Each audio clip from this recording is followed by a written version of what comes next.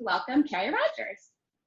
Thank you so much, Emily. And yes, please feel free to interrupt me anytime with questions and make this dynamic. Um, I will mention that the first thing that came to mind when you said, "Where do I wish I was calling in from?" Cuba. Just saying. So thank you all for sharing those. That's a really fun way to do an introduction. Yeah, with virtual volunteering, some of the topics I'm going to cover today are what we've done at Salesforce. First of all, in terms of policies, because that can have such an impact on all the programming, of course. Then some of the ways I bucket the different types of volunteering we do are, what individuals can do on their own, what groups and teams are doing, the virtual events that our team is organizing, and then lastly, something we're doing a little focus on over this next month is virtual mentoring. So I'm excited to share some of our thoughts and ideas on that. Yeah, so next slide, I'll dive in first with the policies. So although these policies aren't specific about virtual, given the current climate, I thought they were really relevant just to mention. Our standard policy is 56 hours of volunteering, and the way that we the guardrails around that are that it's intended to be with a nonprofit or a school. And so one of the main things that we did as a policy change just initially with the pandemic was loosening the affiliation of that needing to be through a registered organization and allowing employees to use their VTO time to support their communities, even if it's not affiliated with a nonprofit. And this is because so much of the volunteering that we're seeing a lot of need for, and of course, again, this is actually not virtual, but I think it's apropos to the topic. With grocery delivery or other or mask making, other things that are really important to communities right now. Helping elderly neighbors, they might not actually be affiliated with a nonprofit organization. So making that expanded definition available to employees was a really great pivot. Of course, initially we announced it as, oh, this will just be a few weeks, maybe a month, until our offices reopen. And now we're seeing that on a much longer timeline. So we're just extending that out. And then a very new announcement that we made regarding our policies, our head of people announced that there will be a company holiday for national election days. So that was just announced last week, I think, and that sort of applies to the topic you guys will be talking about next week with civic engagement. So that's something we're really excited about. Yeah, next slide. So diving into the virtual volunteering. So basically, like all of you, we were really challenged when the pandemic hit with pivoting all of our programming to virtual, and so many employees wanting to contribute, but not knowing where to start, how to be able to do virtual. So what we did is we spun up on a very quick timeline without the normal, weeks of meetings, just an internal site. And we sourced it from everywhere. We looked at all the lists that organizations are putting out. We took employee recommendations, team recommendations. We really have just been scouring to find what appear to us to be really engaging, interesting, broad, narrow, all kinds of different individual volunteering options that can be done virtually. And so we're constantly vetting and adding organizations, and occasionally taking organizations off when needed. So we developed a vetting criteria that we're looking for activities that are helpful, useful, and productive in some way to the nonprofit. So there are a lot of virtual things that are couched as virtual volunteering that are really more of a fundraiser, like playing a game to benefit a charity or cocktail mixing to benefit a charity. Those are fantastic, engaging events, but they don't quite fit our bar for, we really want employees to be volunteering. So we want that to be a real volunteering component, rather as opposed to something that is really more of a fundraiser. we want there to be an option for ongoing repeated engagement in order for it to go on our site. Certainly there are one-off events happening all the time for virtual volunteering, but that kind of thing is really more that will go on our chatter, or the equivalent of employee message boards or Slack or that kind of thing. So thinking about like what lives on the site are things that are ongoing or repeated engagement, not just a singular event. We're looking for user experiences that are robust and intuitive and it makes sense to employees, and something that they can really self-serve with. Another thing we found, that there are so many options out there for virtual volunteering, and more every day, that we're looking for things that are sort of best in their category. Instead of listing, 20 card making opportunities, that can actually be overwhelming to employees. So thinking about that user experience, we don't want to overwhelm people with options. And we're also considering for us geographic distribution, both for the beneficiaries and the volunteers. Some organizations, for instance, the beneficiaries, the folks that you're volunteering with might be local, or they might be all over the world. They might be looking for volunteers that are from a certain region, or they might be looking for volunteers that are from around the world. So really kind of getting an understanding of what that is and making sure that there's variety. For us, making sure that we have some global options for all of our employees as well as regional is really important. I see a question in the chat. How do you source quality volunteering opportunities? It's tough. So I have provided a list of all of a spreadsheet of all of the organizations that have made it on our website. And I think there's 48 of them currently. So that spreadsheet is available to you. Unfortunately, I couldn't download from the site all of our detailed descriptions. We have tried to continually add to the site, to add not only really dynamic, engaging and brief descriptions of what the volunteering activity is, but also little pro tips from employees. So if we see that an employee has done a lot of volunteering with one of these organizations, we'll ask them, hey, do you have any special pro tips for us that'll be useful to other employees? So adding little bits of content like that. We've also started adding video testimonials. So if an employee is really engaged with volunteering with one of these organizations, they can record a 1-minute testimonial of why they love volunteering with this org, and we can add that on there. So making it more dynamic, and so that employees can really get, this is what this experience is about, this is what it's like, this is the kind of person that it's good for. Because the quality really depends on what the employee is looking for, and making that match. So those are some of the ways we're working to make it more dynamic. Next slide. I'll point out a couple of actually, I'll mention, you can go back for 1 second. I'll just mention, pro bono volunteering. When you get that spreadsheet, pro bono volunteering is something that I am a huge fan of, or another great term that I hear for it is experteering, really engaging employees on using their expertise. I'm sure, like a lot of you, we have our own programs internally for using our own tools, using Salesforce to give to nonprofits, but to volunteer with nonprofits. But in addition, there are some great organizations like Taproot, UN Volunteers, Catch a Fire, Project Website. So those are ones that are listed on the spreadsheet that really fall into that experteering category, where employees can use their expertise.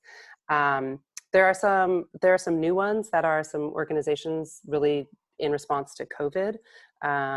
There's one called Designed to Combat COVID. Crisis hotlines can be also a quality volunteering experience. They usually require training. So that's, sometimes that is an extra bar for employees to cross, but we do have a number of crisis hotlines that we recommend. I really like the Trevor Project. And then a couple of organizations I'm just going to call out that you may not have heard of, that I think are really unique. One is Be My Eyes. It's an organization that allows people to volunteer and interpret for people who are blind or low vision. That can be a really engaging and unique one. Miracle Messages does digital sleuthing for people experiencing homelessness to connect with loved ones. Oh, good. Sumin, that's great to hear that your employees love Be My Eyes. Excellent. And let's see, Micro Mentor is another one that I'll mention in the mentoring section, but that's a really interesting mentoring platform for engaging with entrepreneurs around the world. So that's one I really like. And because it's global, that also really helps with that. The homeless organization, Miracle Messages, yes, that's it. Connecting people experiencing homelessness with loved ones. And so the volunteering activity is digital sleuthing to help track down and deliver messages to people. There was one other question about which system do we use for volunteering management. We use a Salesforce system, an internally developed one, of course. Yeah, but we do find that actually the site that we've created is, in addition to the volunteering management, that's been really useful way of communicating about organizations in this more dynamic way. So with video testimonials and that kind of thing. So just creating a very simple internal website has been useful for us. Okay, next slide. So teams also really, I'm sure a lot of you have this experience that definitely with our company culture, a lot of teams want to use their team building activities. They want to be volunteering during, during their monthly all hands or as a small team group activity. And so we found some things that have worked really well for us. The challenge with team activities, of course, is finding ones that are actually impactful and can be done as a team. And it typically is lower impact and lower quality. Sometimes I like to think of it as, impactful socializing instead of holding us to the bar that we might normally hold for our individual volunteering. There are times when it's lower impact, and that's okay because it also gives employees a chance to socialize and do a group activity together. So we've added a page to the site that indexes the group volunteering, and some of these you may be familiar with: Career Village, Zooniverse. Zooniverse is online research, and you can do things like count the penguins, but it's an activity that you can do while having a conversation with your teammates. Cards for hospitalized kids, that one can be very popular for doing with teams that want to do a family activity. And in fact, we have a deck that will be shared out specifically that is card making activities with different organizations around the world. Cards for hospitalized kids is US, but there's some orgs that are based in Australia. There's some orgs that are different and targeting different other groups to make cards for as well. So there's a deck specifically on that topic that I've shared that lists a bunch of organizations. And those can be great when teams want to do a family-friendly activity with their team. Hot mapping, I'll get to a second, and then I'll get to on the next slide. That's one that I'm really passionate about, that it's worked really well for us, and I'll explain some of the reasons why. We also offer on our site, one more thing on the previous slide, which is there are some vendors that we list that can do custom organized team volunteering events. So some teams want to do a day-long activity and they want it to be really engaging, but of course our team doesn't have the capacity to custom create these kinds of virtual volunteering events. So when teams ask for that and they have resourcing and want to fund a really engaging activity, these are some of the vendors that we recommend: Team for Tech, Moving Worlds, Hands on Bay Area for Bay Area based organizations. Okay, next slide. A couple of models that have worked really well for us for group volunteering is where we can train the trainer. So having a model in place where we are not the only ones leading group sessions, but we can train employees to then lead sessions with their teams or just with groups of employees. One that has worked so well is Humanitarian OpenStreetMap Team. I don't know if any of you are familiar with them, but I'm just a huge fan. It works. It's something that it's a nonprofit that's been a partner of ours for many years, actually. And we used to do mapathons, which are mapping parties where a team gets together and works on a map. And we used to do them in person, and we were really happy to see how well this translated into a virtual event. I'm seeing some questions on there. Oh, that you love hot mapping, missing maps as well. Great. Yeah, and Map Swipe is the mobile version of that. Exactly. So we have just had such a great success with this. The thing about mapping is that it is a genuinely impactful activity as well. And it's one of these, what they do is that they create maps in places of the world. For those of you who aren't familiar, in places in the world where there are not good maps to map roads and buildings, hot mapping has they upload the satellite imagery, and then employees interpret the satellite imagery and mark where the buildings are, mark where the roads are.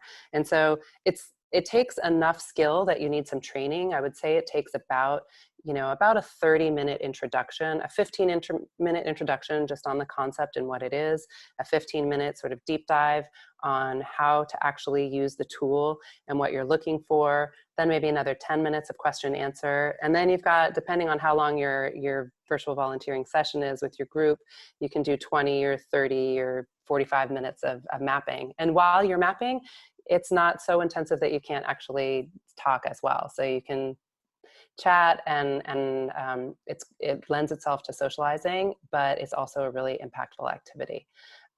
Because it does require employees to really follow, in order for the mapping to be high quality and for it to be impactful, really need the employees doing it at a high quality. They do need some training. So it is important that employees are trained. So rather than our team being responsible for doing all of the trainings and leading all of the sessions, we've really empowered employees to do that themselves by teaching them train the trainer sessions, where they can be empowered to lead for their teams. They can lead for other groups of employees.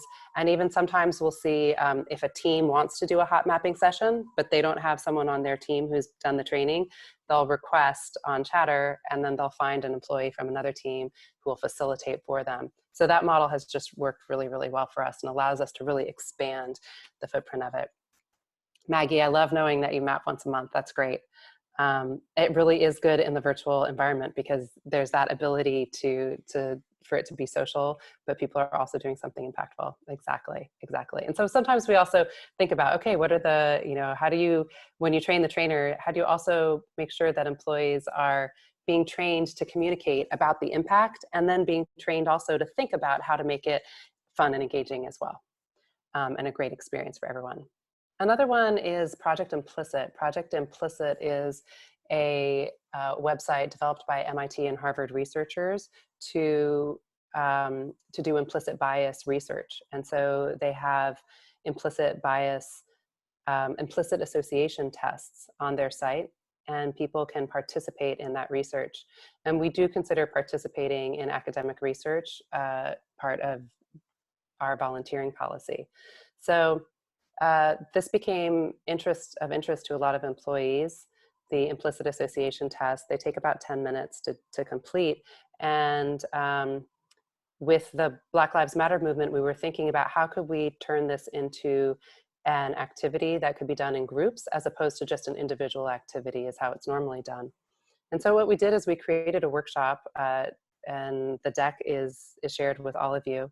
And this deck included the activity of taking the implicit association test, also some context for what implicit bias is, how it works, what Project Implicit is and how they work, and then also included a video and then time for discussion. So in all, it's about an hour-long activity.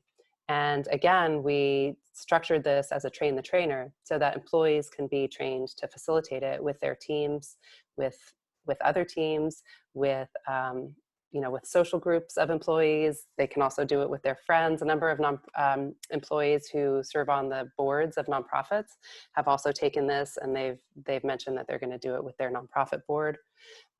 So it's been a really great to see what an incredible response we've had. I think in the last 2 months, not even quite 2 months yet since we launched it, more like 6 weeks, we've had 2,000 employees participate. So it really, the train the trainer model really allows us to scale some of these activities. So there's a externally shareable deck that we created for this workshop. And so I've shared that with all of you. in case that's useful to anyone. All right, next slide. Okay, so virtual events. These are,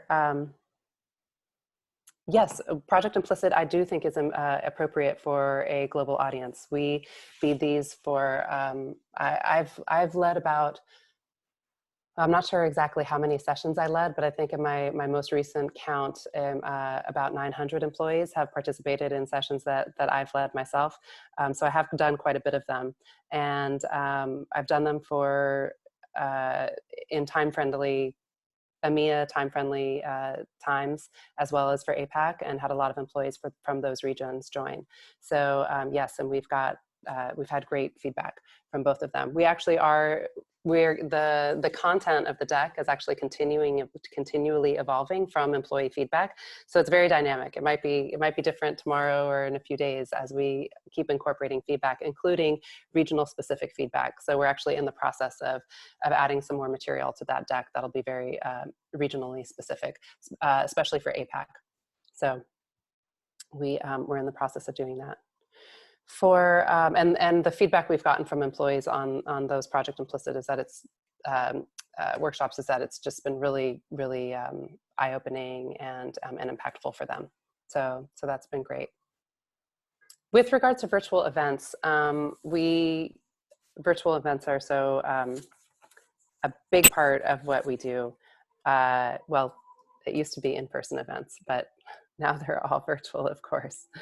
So the difficulty with virtual events is that they, of course, are very staff intensive, typically, and especially as we've pivoted to digital, it's been a challenge to make that shift. They don't scale as well unless we can find ways to also make these available for employees to lead themselves, and then that allows us to scale. So you know, we used to have so many events happening in our offices that the ones that I've bulleted out here: career panels, speed networking, goal setting workshops, personal brand workshops, resume reviews, mock interviews, coding and technical skills, and these are all educational and workforce development targeted. They can be really effective when they are aligned with nonprofit priorities and with schools and what they are looking for. And we are continually working on empowering employees to be able to lead themselves. So we're developing more resources on that. We're developing a resource hub that will house all the decks for all of these kinds of events, translated into multiple languages, so that it's more available for employees to lead on their own.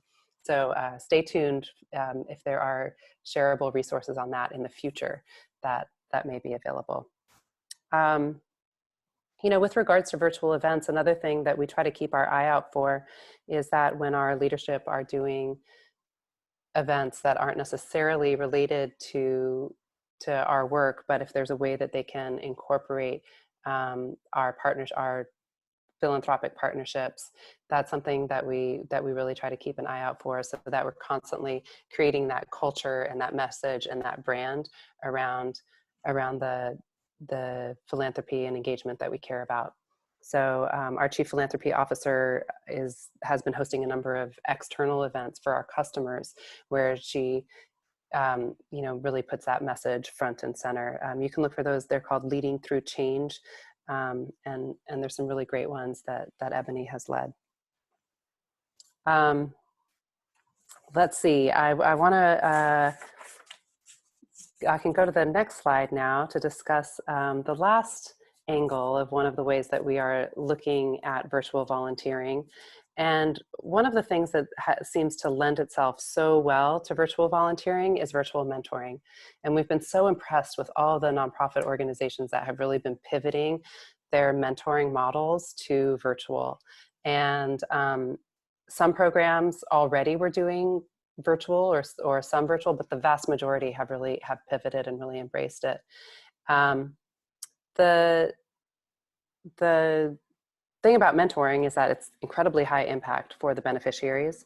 It's open to all employees, regardless of their function or role. So unlike a lot of pro bono volunteering that requires certain expertise, this is really open to everyone.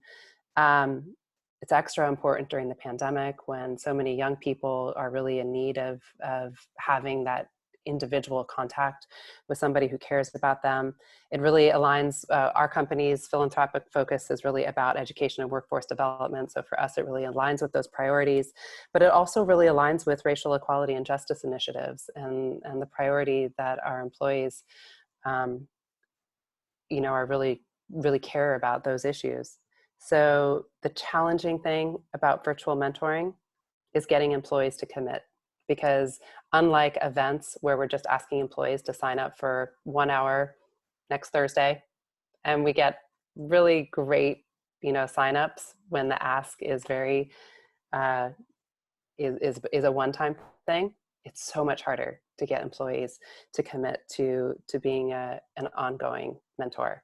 So sometimes we use those virtual events as a funnel to try to get employees to convert to become signing up for a longer term engagement or a longer term commitment. And sometimes that can be a successful way. But we wanted to try a different way. So we're planning an event right now that will happen in a couple weeks. We're calling it Virtual Mentor Match Day because we used to have an in-person event called Mentor Match Day to host nonprofit organizations that offer mentoring programs. This year, what we're going to do instead is, first of all, on our virtual volunteering site that houses all this information, we're going to create a special tab just for virtual mentoring, and then with Virtual Mentor Match Day, the in-person or the virtual event, we will have a guest speaker who's really inspiring and has an inspiring personal story around being both a mentee and a mentor. And then we also are going to be asking employees who are mentors from around the country in different hubs to speak about their experience mentoring. And so we're going to be highlighting some of the national organizations, but we're also going to be listing on the site a lot of local organizations that people can sign up to be mentors with. So there is a tab on the spreadsheet that I've sent over that I've shared about the virtual volunteering, and there's a tab specifically to virtual mentoring and some of the orgs that we are going to be highlighting. So also there's a lot of employees are interested in additional resources around, how do I be a great mentor? I'm not sure that I'm ready for mentoring, and so I've linked a couple of those resources here that have been popular. So I think that is about all of the things I have to share.